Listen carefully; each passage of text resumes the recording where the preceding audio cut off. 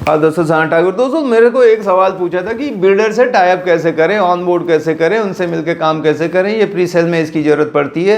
तो बड़ा सिंपल है दोस्तों, ये नए ज़माने का नया बिजनेस है, मैं बोलता हूँ इसको चैनल पार्टनर नाम से जाना जाता है। आपको सबसे पहले तो अगर बिल्डर के साथ काम करना है तो थोड़ा और ज़्यादा प्रोफेशनल होना पड़ेगा। जो रिसेल रेंटल में करते हैं, प्लॉट में करते हैं, ज़मीन किसी में करते हैं, वो ठीक ठाक चल जाता है। बट यहाँ पे आपको थोड़ा सा सही काम करना पड़ेगा। सही काम में क्या है, आपके पास रेरा होना बहुत ज़रूरी है, क्योंकि आपको रेरा नंबर लगता है जब आप बिल्डर की प्रॉपर्टी सेल करते हैं। तो रेरा का रजिस्ट्रेशन करना पड़ेगा जिस भी स्टेट में हो। अलग अलग स्टेट की फीस है, इंडिविजुअली करोगे कम रहता है। जैसे अगर मैं महाराष्ट्र की बात करूं तो 10,000 इंडिविजुअल रेरा का लगता है और 1 लाख लगता है अगर आप पार्टनरशिप फॉर्म या कंपनी के नाम से करते हैं। तो ये बहुत ज़रूरी है, ऑनलाइन ही हो जाता है या कोई एजेंट है आपका करके दे देगा। सेकेंड चीज़, जैसे महाराष्ट्र की हम बात कर रहे हैं तो यहाँ पे अभी एक सर्टिफिकेशन प्रोग्राम भी चालू हो गया है, सर्टिफिकेशन ऑफ कॉम्पिटेंस। मैं उसका भी वीडियो बनाने वाला हूँ। दोस्तों गुड न्यूज़ ये है कि हो सकता है कि उसमें, क्योंकि आपका एग्ज़ाम होगा, इतने 20 आवर्स की ट्रेनिंग है, उसके बाद आपका एग्ज़ाम होगा, तो उसकी ट्रेनिंग की भी आपको ज़रूरत पड़ेगी। आप फेल हो सकते हैं उसमें। 2-3 एजेंसीज हैं जो सारी एग्ज़ाम लेंगी। सब लोग घबराने की ज़रूरत नहीं है, अभी केवल महाराष्ट्र में चालू हुआ है, चालू हो भी गया है, कुछ लोगों ने मतलब अटेंड भी कर लिया है। तो अगर मैं काफ़ी चीज़ें उसमें देख रहा हूँ, हो सकता है कि एक ट्रेनिंग इंस्टीट्यूट ओपन करें इस तरह का, जहाँ पे रेरा के लिए आपको ट्रेन किया जाएगा, क्योंकि आज ये यहाँ से शुरुआत हुई है। This is just the beginning, ये धीरे धीरे पूरे इंडिया में होगा। इसके आगे भी जो विदेशों में होता है कि पूरा ऑर्गेनाइज सेक्टर हो जाएगा रियल एस्टेट, तो इसमें क्या होगा, 80% लोग एलिमिनेट हो जाएंगे। जो भाई लोग थे ना, जो कोई भी उठ सुट के पान वाला, चाय वाला, वॉचमैन, कोई भी मतलब दूध वाला, सब ब्रोकर थे, एक आध शॉट मार दो, वो खत्म हो जाएगा। ये अच्छा है थोड़ा सा एग्जाम वगैरह का, लेकिन जो नॉलेज है वो काफ़ी बढ़िया है। मैंने उसका PDF फॉर्मेट भी आ गया है कि क्या क्या हमें प्रिपेयर करना पड़ेगा। आपको टेंशन नहीं लेना है, क्योंकि मैं हूं ना, तो ये ठीक है, वो ट्रेनिंग भी चालू करेंगे। तो अब बिल्डर का क्या क्या करना पड़ेगा, GST नंबर आपको बहुत ज़रूरी है, क्योंकि 18% GST लगता है रियल एस्टेट में। आप जो भी इनवॉइस रेज करते हैं वो 18% GST लगा के करना होगा, तो GST नंबर लेना पड़ेगा। अब GST नंबर लेना तो बहादुरी का काम नहीं है, पर हर महीने GST रिटर्न फाइल करने पड़ते हैं, तो वो एक और बढ़ जाता है, बट ठीक है। तो प्राइमरी सेल आपका हो गया। अब बिल्डर से टाई अप करना है, तो पहली बात तो जैसे ही ये सब हो जाता है, बिल्डर के बंदे ही ढूंढ ढूंढ के वहाँ पे अलग से CPs के लिए उनका SM वगैरह रहता है, जो आपसे खुद कांटेक्ट करेगा।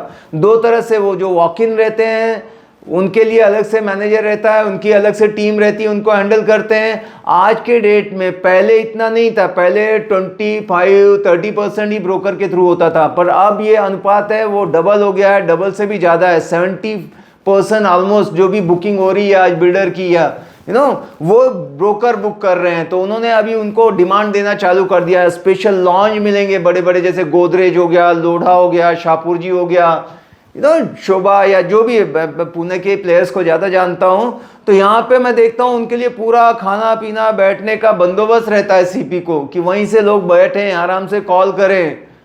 तो वो लोग आपको अप्रोच करेंगे, क्योंकि उनको हमारी ज़रूरत है, हमारी उनको। ऐसे भी ना कहें कि उनको हमारी उनकी, हम दोनों मिलके ही काम करना है, तभी काम होता है। क्योंकि उनका काम है बनाना, हमारा काम है बेचना, और बेचने वाला हमारे साथ इंपॉर्टेंट रहता है। इन्वेंट्री, कंक्रीट जंगल ऐसे बनाने में डब्बे डब्बे कोई बड़ी बात नहीं है, बेचने में बहुत टफ रहता है। मैन्युफैक्चरिंग तो कोई भी कर लें।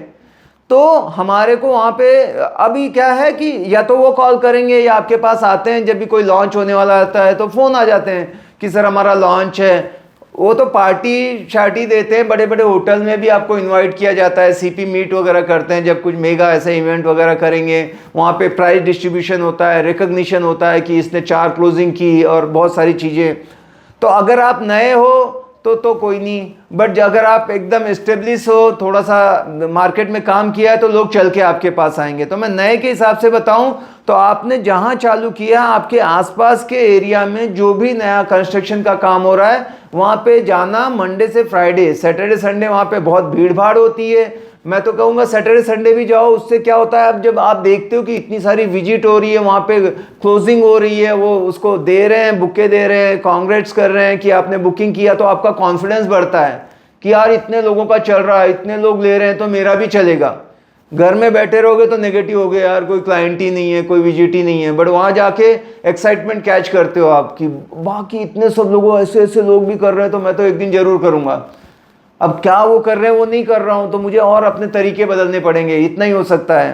तो आपको क्या करना है, वहां जाना है मंडे टू फ्राइडे, और जो भी रहता है, जो सीपी को हैंडल करता है, बड़े बड़े में तो अलग से रहता है। अगर कोई एक स्टैंड अलोन या 2-3 टावर बना रहा है तो हो सकता है उसका अलग से ना भी हो, तो वहाँ का जो भी मैनेजर है, जो सेल्स का हेड है, उससे जाके मिलो, अपना विजिटिंग कार्ड एक्सचेंज करो और बोलो कि मैं यहाँ पे काम कर रहा हूँ और मेरे पास 2-3 ऐसे बायर हैं जो इंटरेस्टेड है, तो थोड़ी सी इन्फॉर्मेशन लेनी थी आपके प्रोजेक्ट की।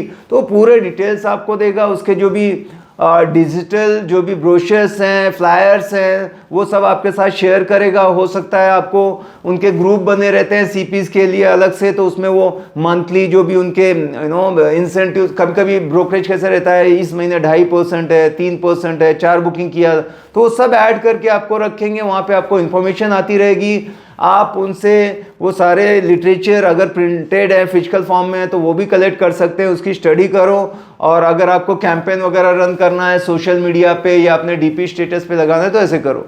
तो वहाँ के जितने भी हैं आपके, मतलब 50 किलोमीटर के दायरे में, अगर बहुत ज़्यादा आपके पास टाइम नहीं है तो 5 kilometre, minimum 5 kilometre, maximum 50 kilometre के दायरे में सारे बिल्डर के साथ जाके मिलो, चाहे वो छोटा हो चाहे बड़ा हो, किसी को प्रीजज मत करो। अब होगा क्या, अपने को काम करना है बड़े ब्रांडेड के साथ, और क्या देखना है, जो टाइम से इंसेंटिव दे देता है। नहीं तो ऐसे ऐसे भी बिल्डर हैं जो 2-2 साल ऐसा घुमाते रहते हैं, ब्रोकरेज के टाइम पे जल्दी आता नहीं है। एग्रीमेंट हो गया, 1 महीने के अंदर या 3 महीने के अंदर पेमेंट मिल जाना चाहिए, नियम तो ये है भाई, तुम्हारा पैसा आ गया मेरा दे दो।